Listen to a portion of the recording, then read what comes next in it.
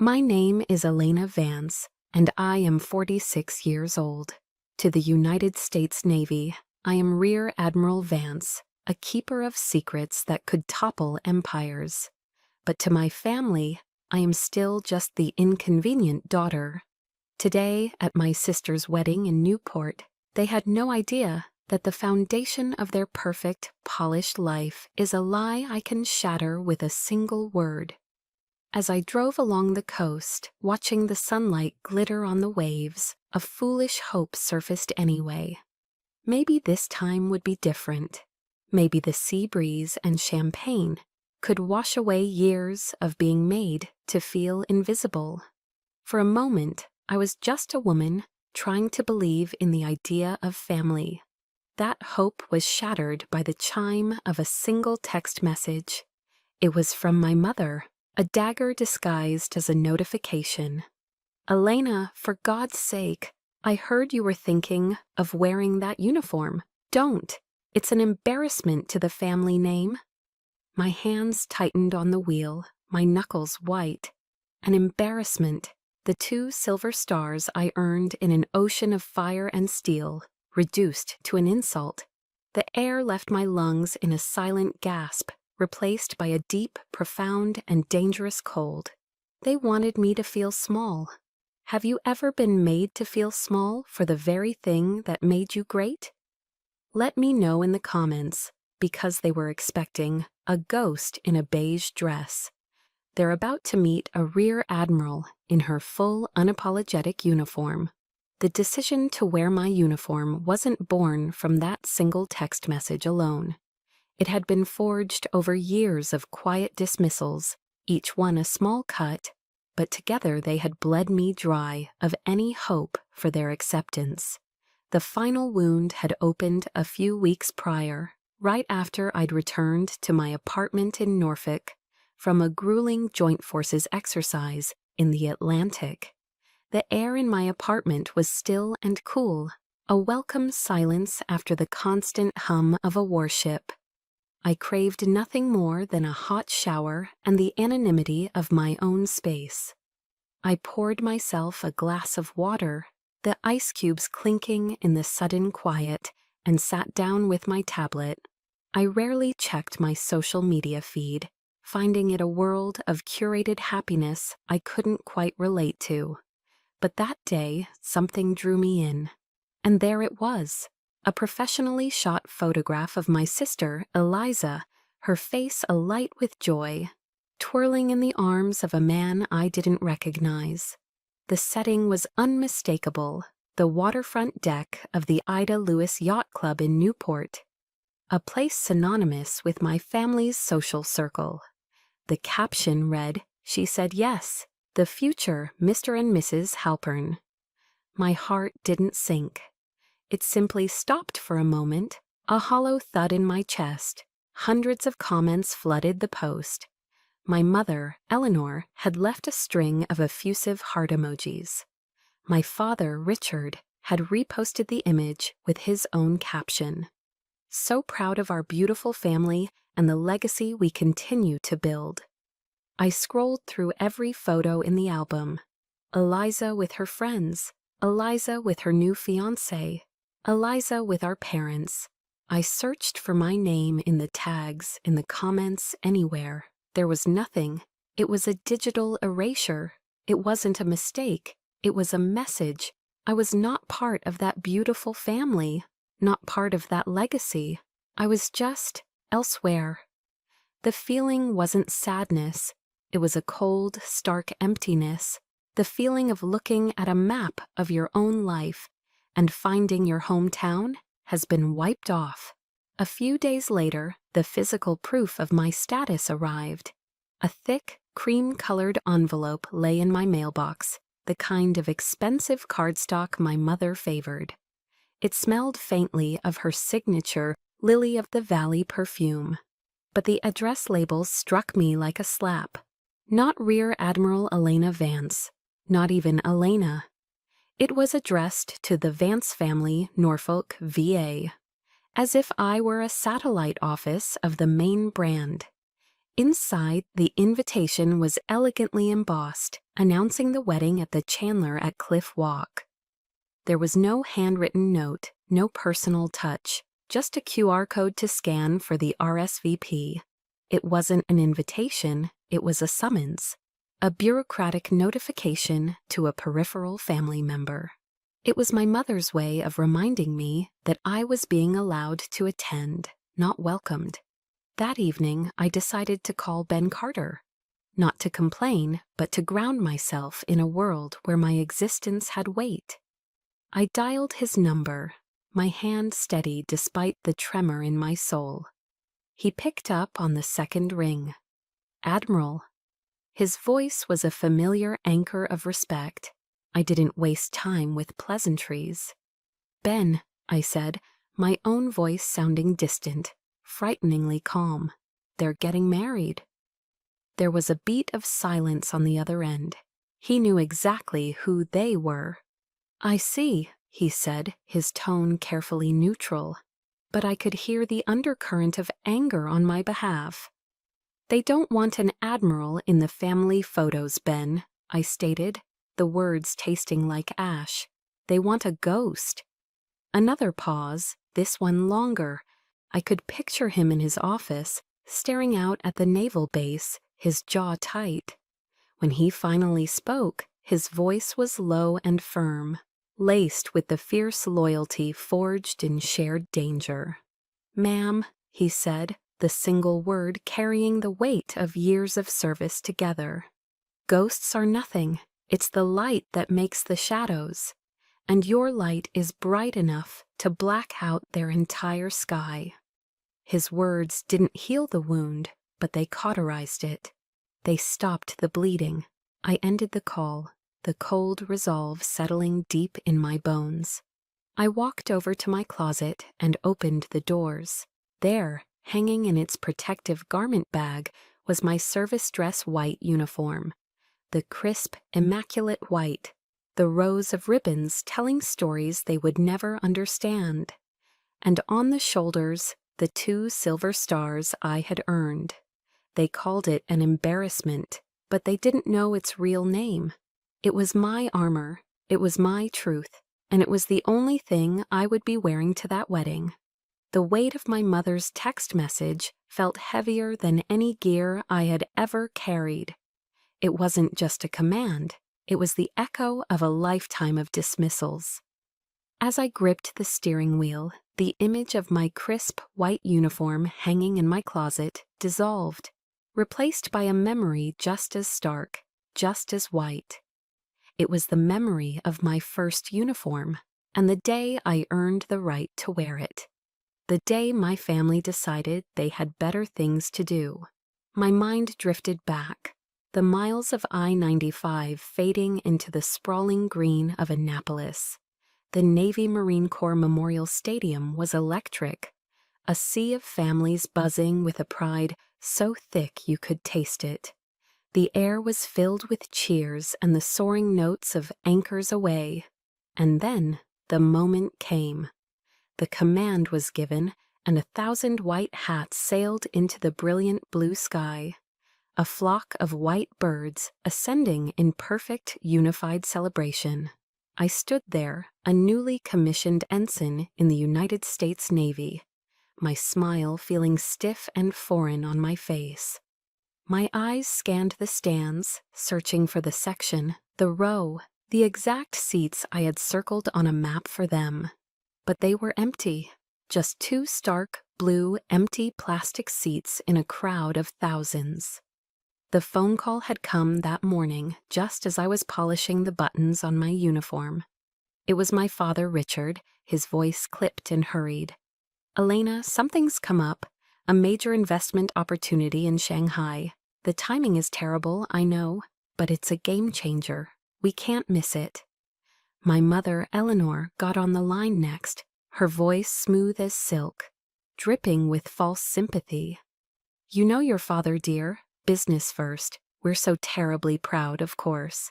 "And Eliza?" My 17-year-old sister had a club tennis tournament. A club tournament. Not the regionals, not the nationals. A simple local club tournament was apparently more important than her only sister's graduation from one of the most prestigious military academies in the world. I stood among my cheering, embracing classmates, posing for pictures with their beaming parents, and I had never felt more profoundly alone. The photo I have from that day shows me with 3 of my roommates, our arms around each other, smiling bravely. But if you look closely at my eyes, you can see the void where my family was supposed to be. A week later, a thick envelope from their bank arrived at my new Spartan quarters.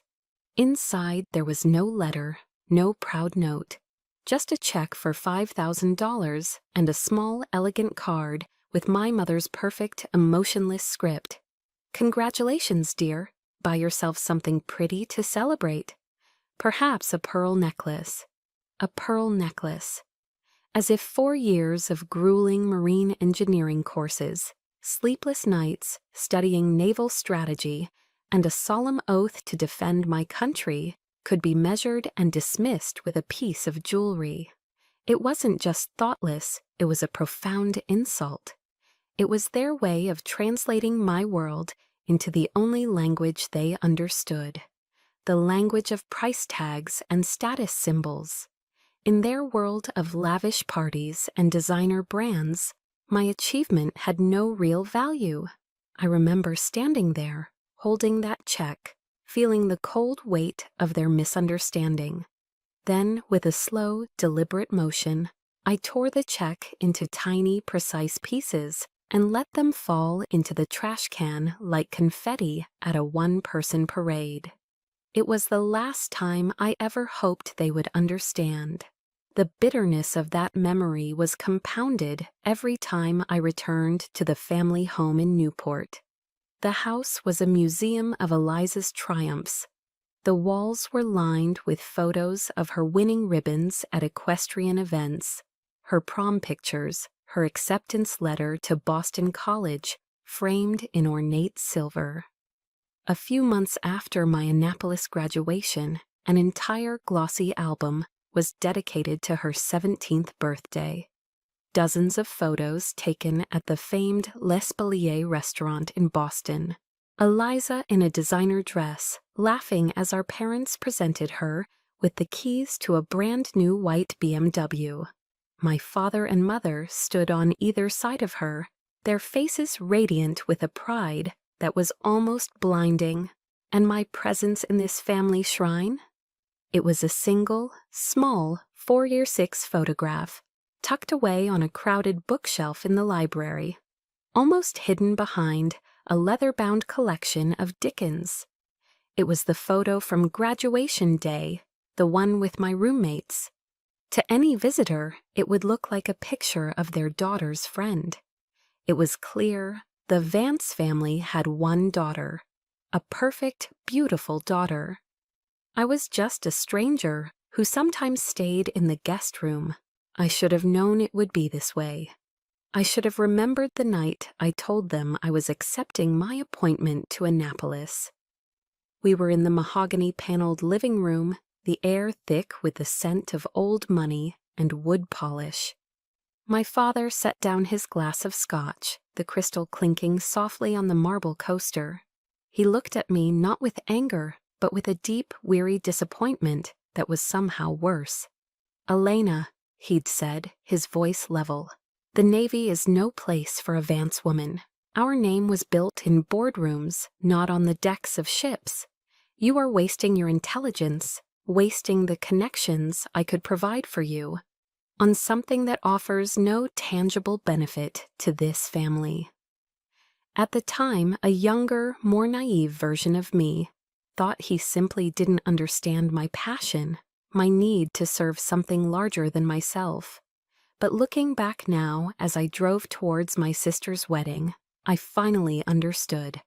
Tangible benefit to the family was a code. It never meant honor or duty or sacrifice. It meant stock prices and strategic partnerships. My entire life, my entire career, was just an entry on the wrong side of their ledger.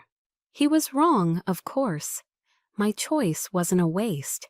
It had forged me into the woman I was. But he was also right about one thing. It had come at a cost. The cost was a profound, unshakable loneliness. A solitude you can only find in the middle of a vast, empty ocean, or in a crowded room full of your own family. My father was wrong. My choice wasn't a waste. It forged me. But the cost of that forging was a solitude so profound it had its own geography, a loneliness measured not in miles from home, but in the vast, empty stretches of the ocean. My family saw my career as an abstraction, a series of pins on a map. For me, it was a life lived in steel corridors, under skies that held no pity. The first few years were a blur of missed holidays. My first Christmas as an officer was spent on a destroyer in the Persian Gulf, the air thick with sand and tension. I remember calling home on a crackling satellite phone, the delay on the line making the distance feel even greater. On the other end, I could hear the familiar sounds of a Newport Christmas party, the clinking of glasses, the swell of music, a burst of laughter. My mother's voice was bright and distant.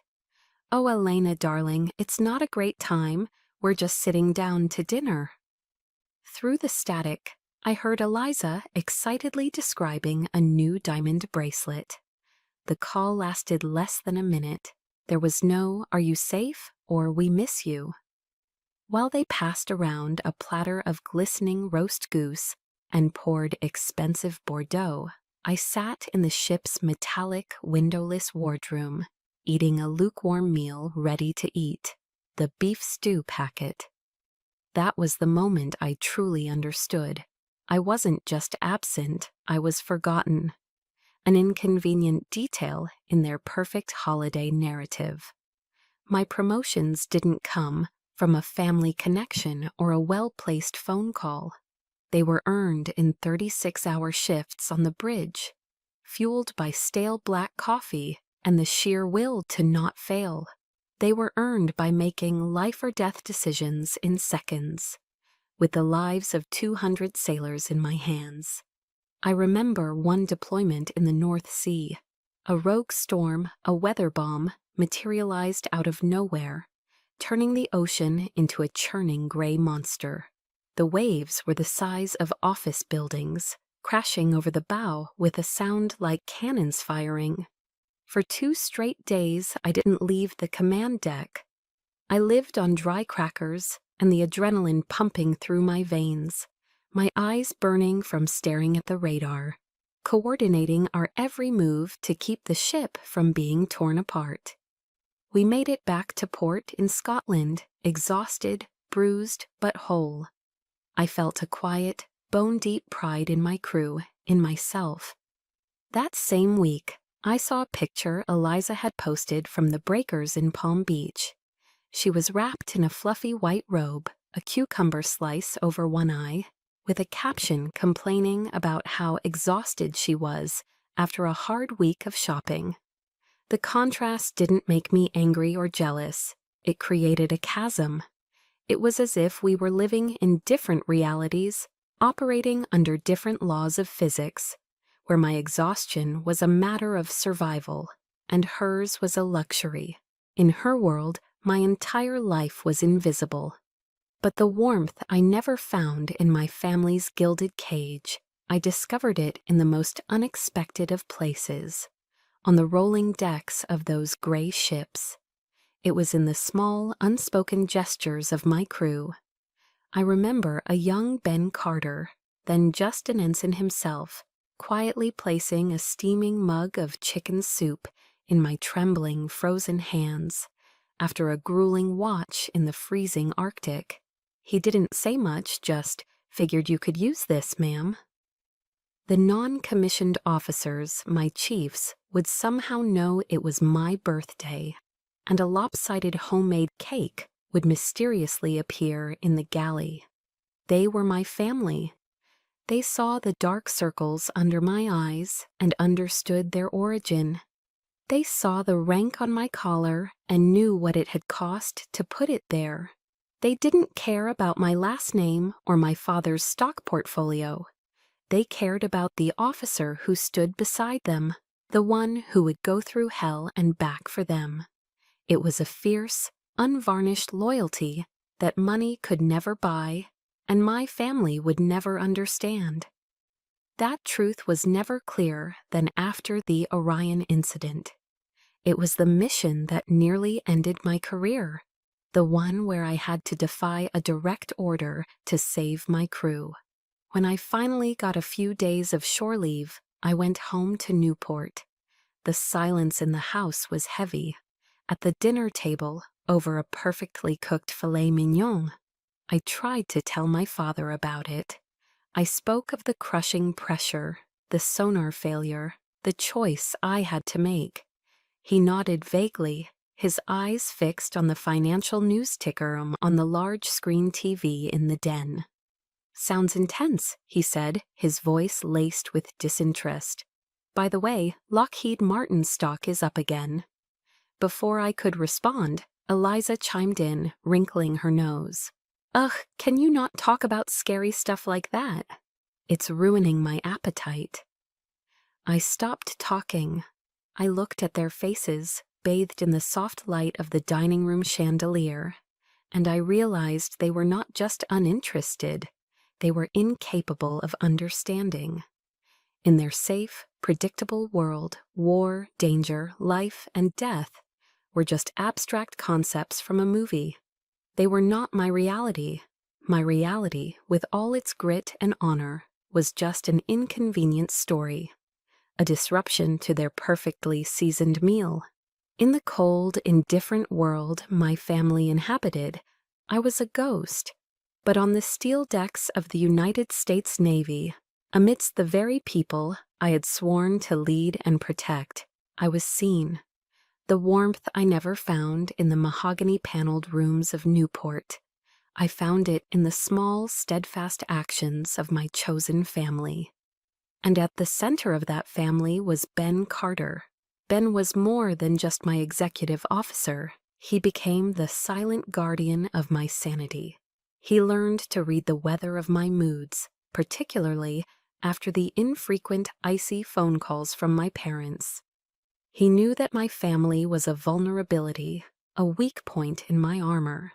After a particularly cutting conversation with my mother, he wouldn't pry or offer platitudes. Instead, a little while later, a mug of steaming Earl Grey tea, black, no sugar, would appear on my desk. He never asked what was said. He would simply say, "You look tired, Admiral. Maybe you should take a moment." He built an invisible buffer around me, a quiet sanctuary where my pain didn't need an explanation. While my own family constructed walls to keep me out, Ben built a fortress to protect me. That silent, intuitive care was worth more than 1,000 empty apologies. He also became my personal historian, the sole keeper of a history my family chose to ignore. He remembered the milestones I myself often forgot in the relentless pace of my duties. On the 10th anniversary of the day I took command of my first ship, the USS Gonzales, I was buried in operational reports and completely oblivious. But when I walked into my office that morning, a small, exquisitely detailed model of the destroyer was sitting on my desk. Next to it was a handwritten card on simple, government-issue stock. It read, "Happy anniversary, Admiral. She was a lucky ship to have you." He remembered. He had taken the time to learn the chapters of my life, not out of idle curiosity, but out of a deep and abiding respect. In those moments, I felt a profound sense of gratitude wash over me. It was the feeling of being truly seen, a validation that the sacrifices I had made mattered to someone. Our bond was deepest not in words, but in shared silence. I remember one night, weeks after the official inquiry into the Orion incident had concluded, a conclusion that left me cleared but scarred. We were on the deck of the USS Farragut, cutting through the warm, dark waters of the Arabian Sea. The stars were a brilliant, indifferent canopy above us. I had been quiet for a long time, just watching the phosphorescent wake of the ship. "You're thinking about them, aren't you?" Ben's voice was soft, barely a whisper above the thrum of the engines. I didn't have to ask who "them" was, he knew. My shoulders sagged, a rare break in my military posture. "Sometimes I wonder if it's worth it, Ben," I confessed, my voice thin. "All of this." He didn't answer right away. He just stood beside me, a steadfast presence, and looked up at the American flag, snapping crisply in the night wind. "It's worth it to the people on this ship, Admiral," he said finally, his gaze unwavering.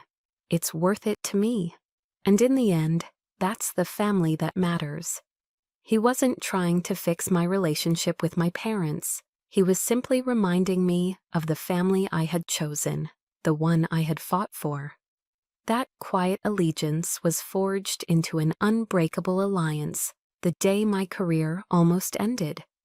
When Vice Admiral Croft made me the scapegoat for the Orion disaster, I was summoned to a closed-door hearing at the Pentagon. The political maneuvering was thick, and I was sure I would have to face it alone. But I was wrong.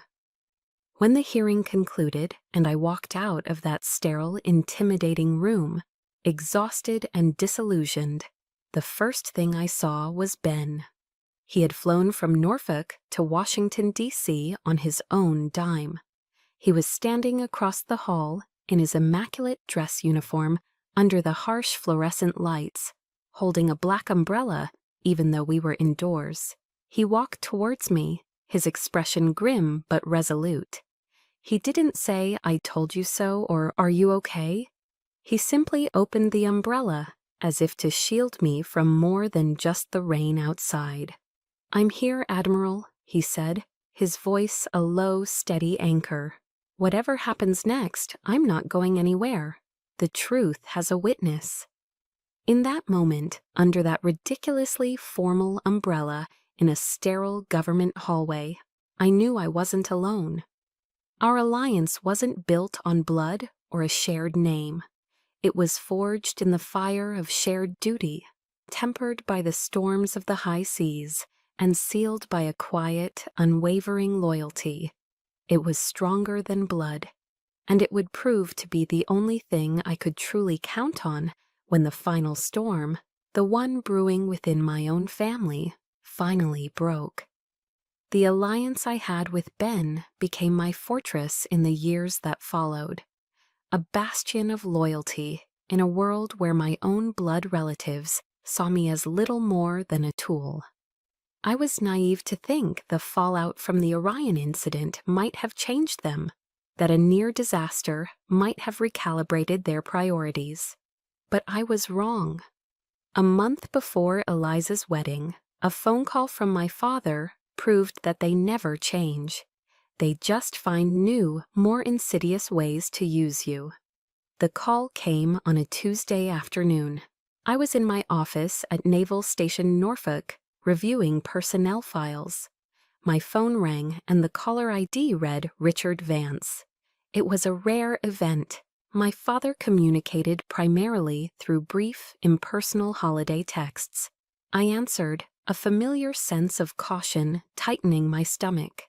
But his voice was unusually warm, almost jovial. "Elena, sweetheart, it's been too long. How are you?" I was immediately on guard. This was not the voice of the man who ignored my graduation. This was a performance.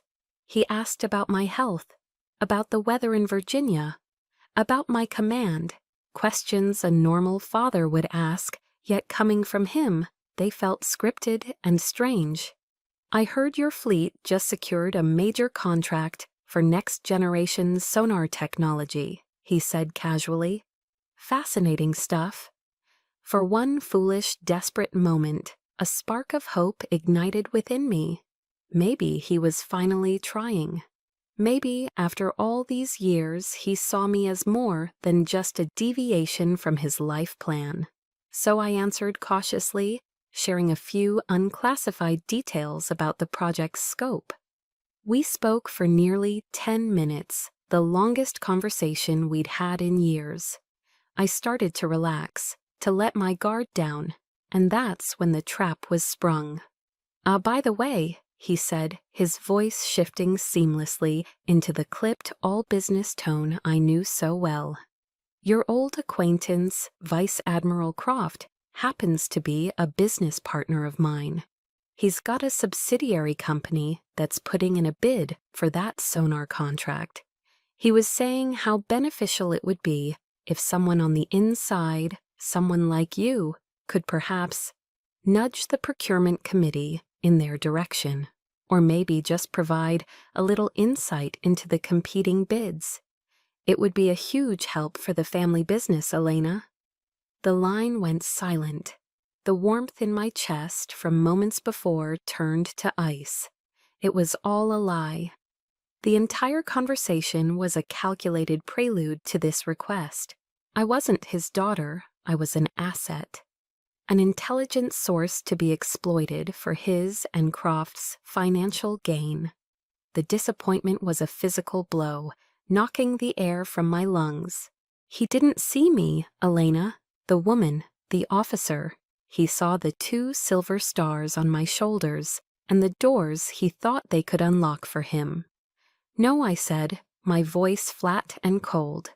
"Absolutely not.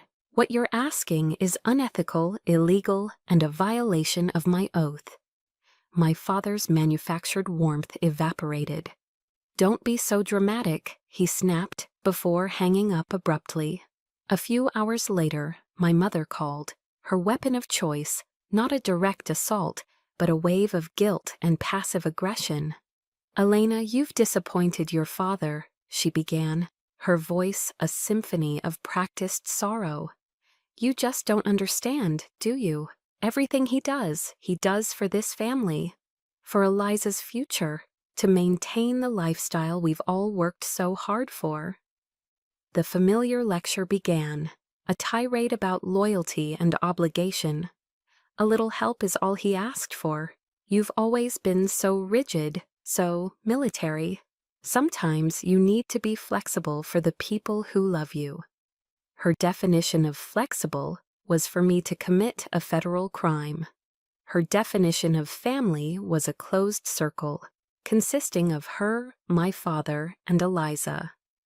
I was an outsider, expected to contribute, but never truly belong. The final, most degrading assault came from Eliza herself. She called me that evening, her voice thick with staged, hiccuping sobs. "Elena, Mom told me everything," she cried. "How could you do that to Dad? He's been so stressed about his investments." Then came the manipulation, cloaked in bridal anxiety. She talked about the rising costs for the wedding, the caterer, the flowers, her dream of a perfect honeymoon in a Bora Bora overwater bungalow. "It was just a small favor, big sis," she pleaded, her voice a pathetic whine. "You have everything, your career, your important position. I just want a beautiful start to my new life. Can't you just help us for once?" She was using her wedding, her one day of supposed happiness, as a tool of emotional blackmail. She was weaponizing her own tears. That was it. That was the moment. The last vestiges of sorrow in my heart burned away, leaving behind nothing but cold, hard fury. The disappointment was gone, replaced by a clarity so sharp it hurt. They had used every tactic in their playbook. Feigned affection, guilt, and now a damsel in a wedding dress. They had treated my honor, the very core of my being, as a commodity to be bartered. Fine. They wanted a perfect wedding in Newport. I would be there, but I wouldn't be coming alone. I'd be bringing the truth with me. And the truth doesn't wear a beige dress. My cold resolve, forged in the wake of Eliza's manipulative phone call, carried me north to Newport. I checked into a room at the Hotel Viking, a historic landmark just a short drive from my family's sprawling seaside estate. I didn't call them to announce my arrival. I knew they would find out. The day before the wedding, driven by a final fading sense of duty, I drove to the Chandler at Cliff Walk, the opulent venue overlooking the Atlantic. The ballroom was a flurry of activity. My mother and Eliza were in deep consultation with a frantic-looking wedding planner, pointing at floral arrangements and linen samples. I approached them, my footsteps echoing softly on the marble floor. "It's all looking beautiful," I offered, my voice even. My mother glanced up, a flicker of annoyance in her eyes before it was masked by a tight smile. "Elena, you're here." She turned back to the planner. Eliza simply gave a tight little wave, then leaned in to whisper something to her maid of honor, who giggled and shot a sideways look at me. I tried to offer a suggestion about the seating chart, noting that 2 elderly cousins might prefer to be seated away from the band. My mother waved a dismissive hand. "The professionals have it handled, dear. What would you know about these things?" I was an outsider, a tourist in the landscape of my own family's life, invited only to observe from a distance. That distance became a canyon at the rehearsal dinner that evening. The event was held at a chic restaurant on Bowen's Wharf, the air smelling of salt and expensive perfume. The main table, a long, beautifully decorated affair, was reserved for the immediate family. My parents, Eliza and her fiancé, and his parents. There was no seat for me. The wedding planner, a young woman with a perpetually worried expression, approached me apologetically. "Admiral Vance," she stammered, "there's a place for you over here?" She gestured to a smaller, round table in the corner near the service entrance. The Friends of the Family table. I was seated next to a great-aunt I hadn't seen in 20 years, who spent the evening asking me if I was still in the Coast Guard. I sat there, nursing a glass of sparkling water, and watched. I watched my father stand up, tap his glass for attention, and begin a glowing tribute to his wonderful daughter, Eliza. He spoke of her beauty, her charm, her bright future. He spoke of legacy and pride. Throughout the entire 5-minute speech, he never once looked in my direction. He never once mentioned my name. It was a masterful public erasure. In that room, in front of everyone they knew, Richard Vance made it clear that he had only one daughter worthy of acknowledgement. The final straw wasn't grand or dramatic. It was small, quiet, and utterly devastating. I had spent months searching for the perfect wedding gift for Eliza. Not something from a registry, but something with meaning. I found it in an antique shop in Annapolis, a heavy brass maritime compass from the 1940s. I had it engraved with the date of the wedding and the geographic coordinates of the small Newport chapel where our grandparents had been married. It was a symbol of guidance, of a true beginning, of the real family legacy they pretended to care about. At the dinner, during a lull in the conversation, I walked over to the main table and presented the small, velvet-boxed gift to Eliza. "Oh, thanks," she said, her voice distracted. She opened it, glanced at the compass for a fraction of a second, and then set it down on the table with a soft thud. Her attention was immediately captured by a friend who was loudly admiring a new glittering diamond tennis bracelet on Eliza's wrist. The compass sat forgotten next to a bread plate. Later, as the dinner was winding down, I saw a waiter clearing the table. He picked up the bread plate, the used napkins, and his hand brushed against the compass, nearly sweeping it into the bus tub along with the other refuse. My gift. My months of thought, my symbol of our shared history, was treated as disposable clutter. I stood up and walked out of the restaurant. No one noticed. I walked down the wharf, past the gleaming yachts, and onto the cliff walk. The cold, salty wind whipped at my face, but I didn't feel it. There were no tears, not this time. The deep, abiding hurt that had been my lifelong companion had finally burned away, leaving something else in its place, a pure, clarifying rage. 25 years of being ignored, dismissed, used, and now publicly humiliated. The discarded compass was more than a gift. It was me, my values, my history, my honor, all casually swept aside. I stopped and looked out at the black, churning expanse of the Atlantic. The ocean didn't judge. It was vast, powerful, and honest. In its roar, I found my own. The quiet, obedient daughter was gone, washed away by a final tidal wave of disrespect. I took a deep, steadying breath, the salt air filling my lungs. Never again, I whispered to the wind. No more silence. No more making myself small to fit into their narrow world. The battle had been declared, not with ships or weapons, but with the one thing they were most afraid of, the unvarnished truth. In life, everyone has a breaking point, that one moment where endurance ends and action begins. The moment you look in the mirror and say, enough. What was yours? Share that moment of finding your strength in the comments below. The rage that had consumed me on the cliff walk did not dissipate. It crystallized. Back in the sterile quiet of my hotel room, the hurt was gone, replaced by the cold, clear focus of a commander preparing for battle. I didn't sleep. Instead, I opened the encrypted laptop I carry on all assignments.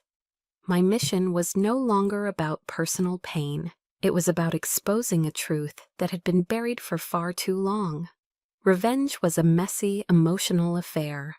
I was seeking something cleaner, colder, justice. At 200 hours, I initiated a secure call to Ben Carter. He answered instantly, his voice alert. "Ben," I began, my tone devoid of emotion, clipped and precise as a mission briefing. "I need everything you can get on Vice Admiral Croft, specifically pertaining to the Orion incident. I want the unedited reports, the raw audio logs from the command center, and all original witness statements. Cross-reference them with any financial links between Croft and my father's investment firm. I need it all." There was no hesitation, no question of why. Just the calm, unwavering response of a trusted officer. "Roger that, Admiral. Give me 12 hours. I knew Ben wasn't just my subordinate. He was the hub of an informal network of loyal officers, many of whom had also been sidelined or wronged by Croft's political maneuvering. My weapon in this fight wouldn't be a Tomahawk missile, it would be information. And I was about to launch a full-scale information warfare campaign. While I waited, I turned my attention to the present. I pulled up the high-resolution photos from Eliza's engagement party. My eyes scanned past the fake smiles and champagne glasses, settling on the ornate gold locket around my sister's neck. A gift, the tag had said, from the Croft Legacy Foundation. A charitable front for a man who possessed no charity. Croft never did anything without a strategic purpose. My training as an intelligence officer took over. I zoomed in, enhancing the image. The locket's design was intricate, but it seemed heavier, bulkier than a purely decorative piece should be. Along the filigree edge, I detected a nearly invisible seam, one that didn't belong. A cold suspicion bloomed in my mind. I immediately sent the encrypted image file to Ben with a single clear directive. Analyze this object, highest priority. This wedding was no longer just a family drama. It had the makings of a hostile operation. By dawn, as the first gray light of morning filtered into my room, a secure email arrived from Ben. The subject line was one word: Orion Unedited. I opened the file. The raw truth was more damning than I had remembered. The unedited reports showed Croft had personally overridden safety protocols, pushing the USS Orion into a treacherous undersea canyon to show off a new, unproven sonar system to a group of potential investors. Then came the audio logs, his voice crisp and chillingly calm in the face of disaster. The asset is compromised. We will maintain perimeter and control the narrative. The potential loss of life is an acceptable risk. Acceptable risk. He was talking about my people. Then my own voice cut through the chaos, a recording I hadn't heard in years. I was a commander then. Negative command. I am overriding that order. We are initiating search and rescue protocols. Now. My hands clenched into fists. The evidence was irrefutable. Croft wasn't just incompetent. He was a monster who had weighed human lives against his career and found them wanting.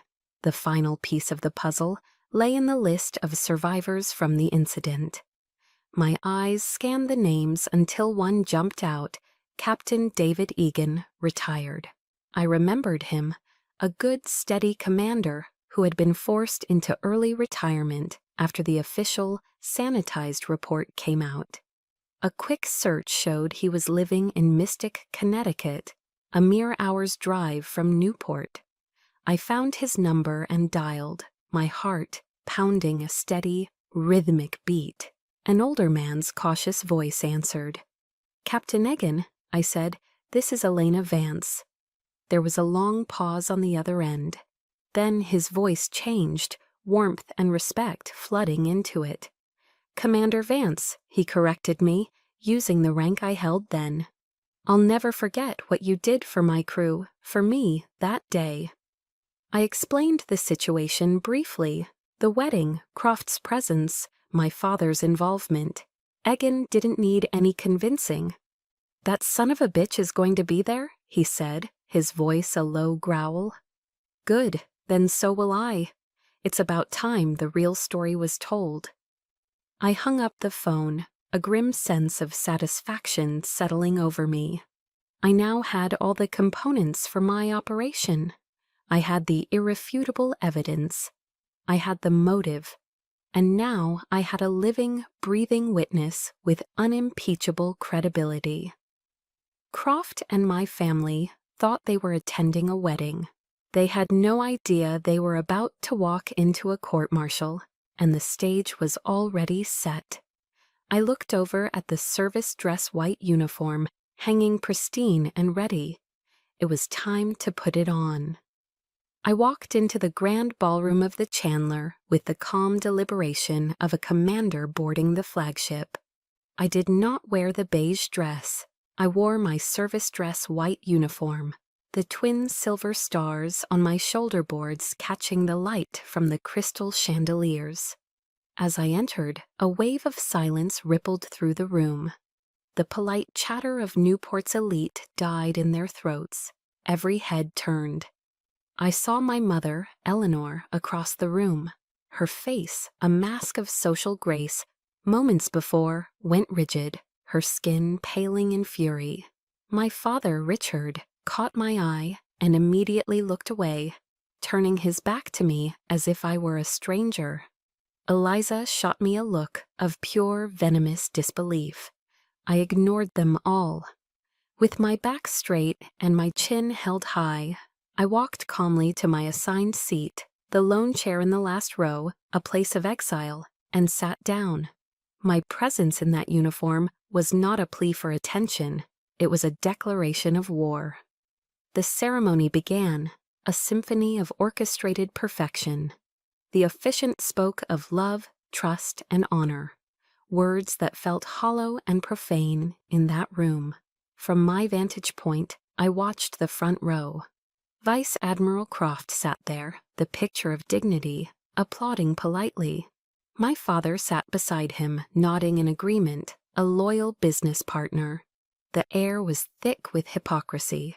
Then came the moment I had been waiting for. The officiant, with a warm smile, said, "At this time, we'd like to take a moment to honor the brave men and women of our armed forces who may be with us today." As planned, Captain Ben Carter stood. He was in his own immaculate white uniform, a stark pillar of integrity in the lavish room. But he didn't just stand. He turned, pivoting on his heel to face the back of the room. He looked directly at me. His hand snapped up to his brow in a salute so crisp, so perfect, it cut through the air. And then he spoke, his voice not loud, but carrying across the stunned silence with absolute authority. "Rear Admiral Elena Vance, ma'am." A collective gasp swept the room. Whispers erupted like wildfire. A Rear Admiral, here, sitting in the back? My mother's hand flew to her pearls, her face a mixture of horror and dawning recognition. My father froze mid-smile. Eliza stared, her mouth agape. The timing was precise. Immediately following Ben's salute, the large screens flanking the altar, which had been set to display a romantic slideshow, flickered and went black. A moment later, they came to life again, not with smiling photos of the happy couple, but with the cold blue and green tactical display of an underwater sonar map, the map of the Orion incident. Ben, through a former Navy technician on the venue's AV team, had seized control. Then the speakers crackled. Croft's voice, amplified throughout the silent ballroom, was chillingly clear. "The potential loss of life is an acceptable risk. Control the narrative." The crowd murmured, a low, confused hum. Then my own voice answered from the past, sharp and decisive. "Negative, command. I am overriding that order. Initiate search and rescue protocols, now." The screens switched to harrowing footage from a deep-sea ROV, showing the mangled hull of the submarine and the desperate, heroic work of the rescue divers. The confused hum in the room turned to audible shock. Croft shot to his feet, his face as white as my uniform. "This is slander! This data has been falsified!" he yelled, his voice cracking. My father stood with him, babbling about a technical glitch, a tasteless prank. But before their lies could take root, another figure rose from the crowd.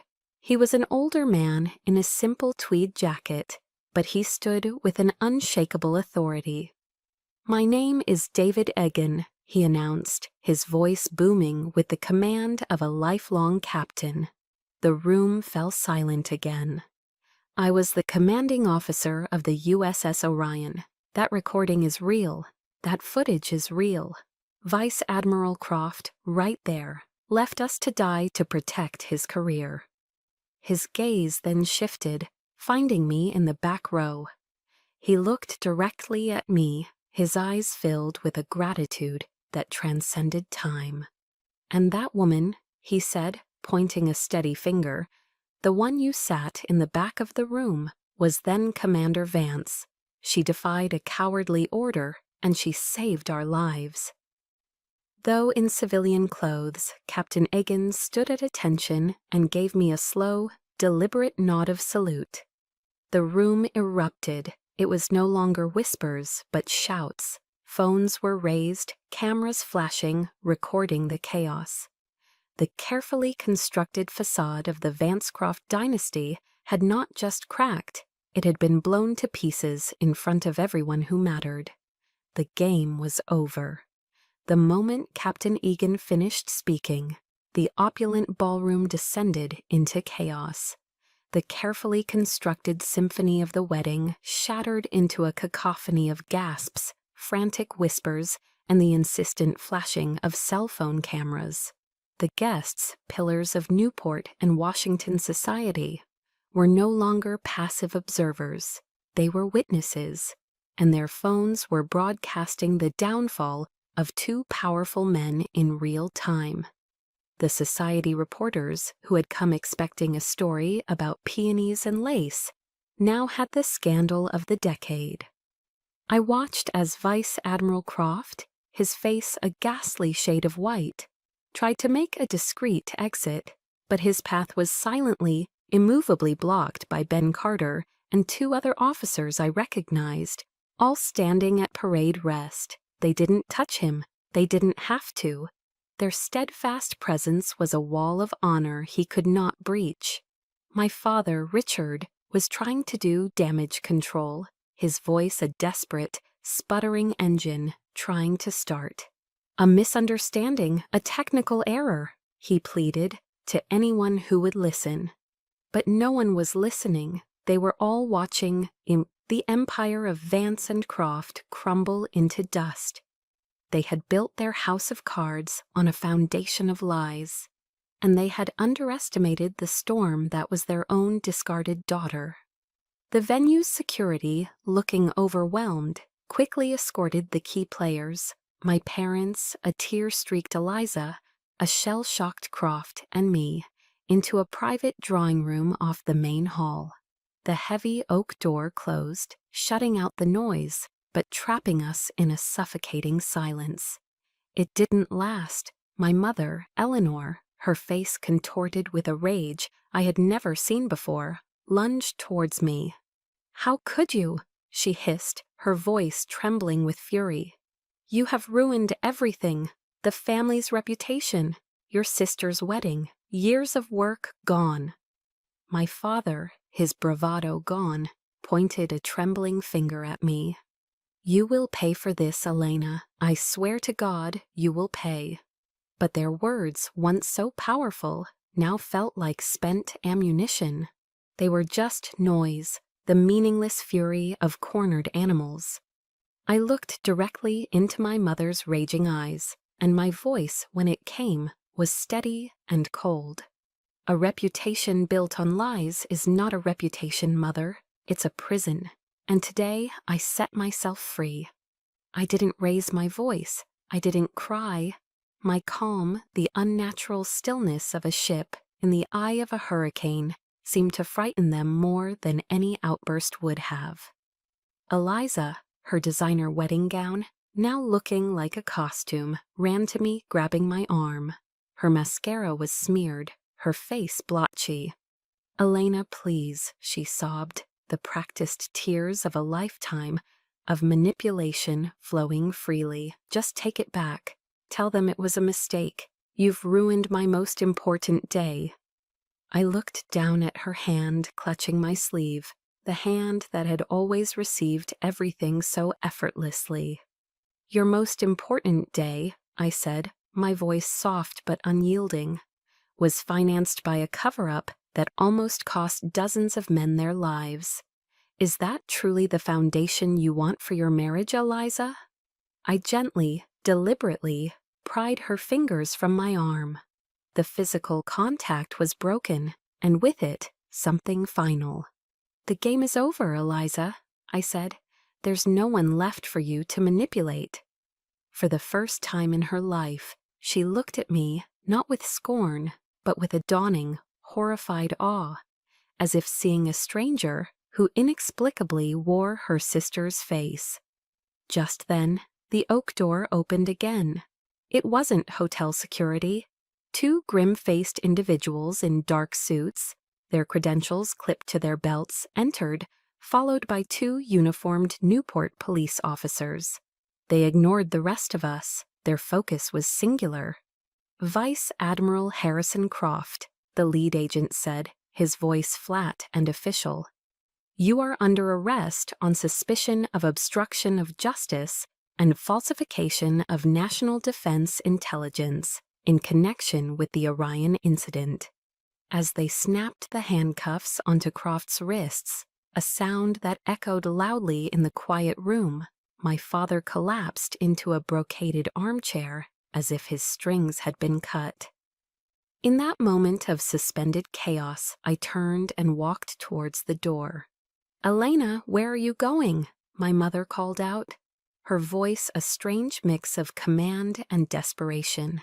I didn't turn back. I paused at the threshold, my hand on the door. "I'm going where I belong," I said, my voice clear and final for all of them to hear. "And it is no longer here." I stepped out of the room, leaving the wreckage of my family behind me, and closed the door on a life that was no longer mine. The air in the hallway, though still buzzing with the aftershocks of the event, felt cleaner, lighter. I felt empty. But it was a peaceful emptiness, a void where a lifetime of pain used to be. The battle was over, but I knew the real war, the one to heal and reclaim my own life, had only just begun. When I walked out of that room, I didn't feel triumph or sadness. I felt quiet, a peaceful void where a lifetime of struggle used to be. The battle I had fought for decades was over, but I knew the real war, the one to heal my own heart, was just beginning. Months passed. The scandal of the Vance-Croft wedding faded from the headlines. Harrison Croft was facing a court-martial, his celebrated career ending in disgrace. My father's business suffered catastrophic losses as partners and investors fled from the stench of the scandal. I heard through the grapevine that the wedding had been unceremoniously canceled. I felt nothing about it. Their world had become a foreign country to me. One crisp autumn afternoon, I was taking a rare walk along the waterfront in Norfolk, watching the destroyers and carriers glide in and out of the harbor. A young woman pushing a stroller hesitated, then approached me. "Excuse me," she said, her voice shy. "Are you Admiral Vance?" I nodded, offering a small smile. Her eyes welled up with tears. "My husband. He was a petty officer on the Orion. He talks about you all the time. He says he's alive today because of you." The little girl in the stroller, no older than 5, with bright, curious eyes, held out a crayon drawing. It was a lopsided picture of a big gray ship and a stick figure in a white uniform with bright yellow hair. "Thank you," the little girl whispered. I took the drawing from her small hand, my throat tight. I looked from the child's earnest face to the simple, heartfelt piece of paper. This was the recognition I had spent a lifetime craving. It didn't come in a Newport mansion or at a society gala. It came on a windy pier, a gift from the very people I had sworn an oath to protect. My true legacy wasn't my name, it was theirs. That evening, back in my office overlooking the water, I did something I hadn't done in years. I tried to write a letter to my family. I filled pages with explanations, with the lingering pain, with the reasons why. I tried to make them understand. But after reading it over, I realized the futility of it. I wasn't writing it for them. I was writing it for a younger version of myself, who still believed they might one day listen. I no longer needed their understanding. I no longer owed them an explanation. With a sense of finality, I tore the letter into pieces, just as I had torn up that check all those years ago. I opened my desk drawer and took out the antique brass compass, the one Eliza had discarded. Ben had quietly retrieved it from the restaurant that night and given it back to me. I polished its surface with my thumb and placed it on my desk right next to my command insignia. It was no longer a symbol of rejection. It was my own true north, a reminder that my direction was my own, guided by my own values, not by the shifting winds of their approval. The most important forgiveness I needed was not from them, but for myself, for spending so many years hoping for a love they were incapable of giving. The following spring, I was invited back to Annapolis. It wasn't a grand affair. It was a quiet, dignified ceremony in the Naval Academy's Memorial Hall. A new bronze plaque was being unveiled. It didn't just list the names of the fallen, For the first time, it officially acknowledged the Orion incident, honoring the uncommon valor and decisive leadership that saved the crew. My name was there, etched in the enduring metal. Ben Carter, recently promoted to captain, stood beside me. Captain Egan was there, along with a dozen other survivors from the Orion, their faces older, but their gratitude timeless. There were no news cameras, no politicians, just sailors, a family bound by a shared respect for true honor. As I reached out and traced the cool, raised letters of my own name, a profound sense of peace washed over me. History, at last, had been written correctly. The story ends, but my life did not. It began anew. This morning, I stood on the command bridge of the USS Gerald R. Ford, one of the most powerful warships ever built. A new command, a larger fleet, a greater responsibility. As the first rays of dawn broke over the vast, empty expanse of the Atlantic, Captain Ben Carter stood beside me. "It's a beautiful morning, Admiral," he said. I smiled, a real, unburdened smile that reached my eyes. The sun was climbing, painting the horizon in strokes of gold and orange. The past was a shadow behind me, and the future was an open ocean. "Yes, it is, Ben," I replied, my voice filled with a hope I thought I had lost forever. A very beautiful day. I was no longer the rejected daughter of the Vance family. I was Admiral Elena Vance, a leader, a mentor, a guardian. And my legacy wouldn't be found in their family albums. It would be written on the waves. We all have a past that shapes us, but it doesn't have to define us. Your true legacy is the one you build for yourself, starting today. What is the first step you'll take to build yours? Share your promise to the future in the comments.